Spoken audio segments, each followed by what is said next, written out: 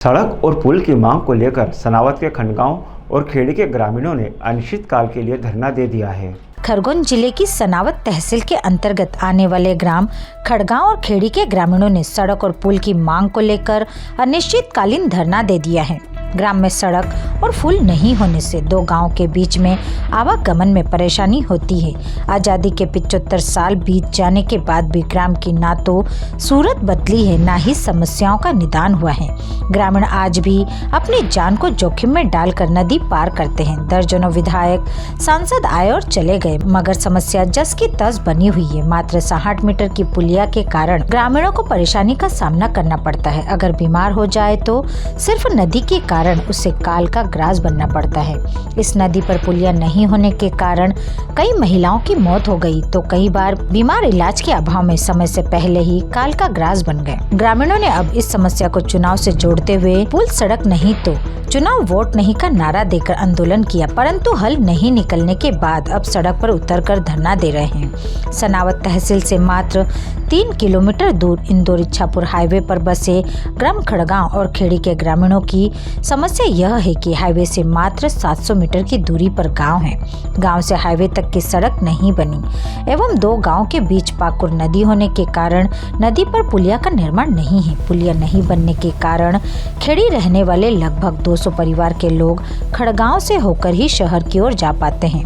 उन्हें जाने के लिए नदी में से होकर गुजरना पड़ता है। नदी में से निकलना जोखिम भरा होता है।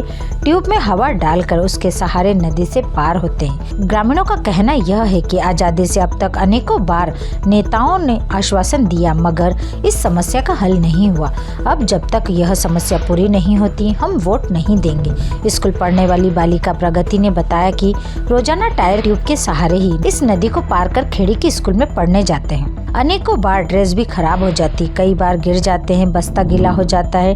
डर भी लगता है ज्यादा पानी होने पर डूब ना जाए, मगर पढ़ाई करने का जज्बा इस बच्चों में इतना है कि अपनी जान को जोखिम में डालकर ट्यूब पर बैठकर नदी पार करते हैं। महिलाओं की भी समस्या है कि किसी की तबीयत खराब हो जाए तो उसे भी 2 ट्यूब पर रखकर नदी पार करना होता है। इन सब बातों से परेशान होकर ग्रामीणों को धरने पर बैठने पर मजबूर होना पड़ा। बेटा क्या नाम है आपका? प्रतिज्ञा।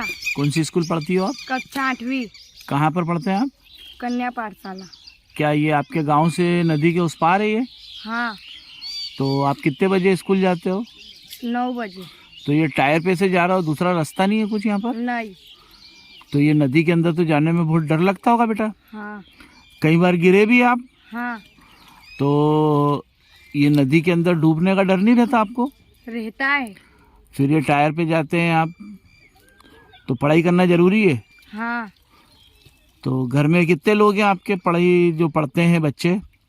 हमारे गांव में तुम्हारे साथ में घर में? मैं अकेली हूँ। तो अकेली जे? हाँ। तो अकेली तू बेटा टायर पे बैठ के जाती है? नहीं, साथ में भी जाते हैं ना लड़कियों। तो आज आपको देर हो गई इसलिए आप अकेले गए? हाँ। तो कितने बच्चे ऐसे टायर पे बैठ के जाते हैं बेटा ये? 9। यहाँ से? हाँ। और दूसरी क्लासों के भी बच्चे होंगे? नहीं। तो उस गांव के भी बच्चे यहाँ पर आते होंगे पढ़ने? हाँ। वो कौन सा गांव है जो नदी के उस पार है? खेड़ी। और आप कौन से गांव में रहते हैं? खंडगांव। तो ये समस्या शुरू से है, आपने देख रहे हैं आप? हाँ। आप क्या चाहते हैं? पुलिया बनना चाहिए। तो सब है। क्या समस्या है? यहाँ समस्या ही नदी की है। ये डिलीवरी वाले बहन का भी वो पलंग पर लेना ना आवाज है। पलंग पर सवारी ना लावनो बहुत परेशानी पड़े, बहुत दिक्कत पड़ा जाए। निकलने को रास्ता है ही नहीं आले। कई जावज गांव वाला बस वाले से लेंगे जावा है। उनकी मांग कई है? मांग हमारी ये फूल की थी। कितना साल से यहाँ पुल नहीं बनी? फूलन नहीं बने, नहीं ठाइन नहीं बने फूल। ये ग्राम खंडगांव खेड़ी की एक मांग है सड़क और पुलिया की, उसको लेकर कर रहे हैं। कितने टाइमों से आप इसकी मांग की है आपने?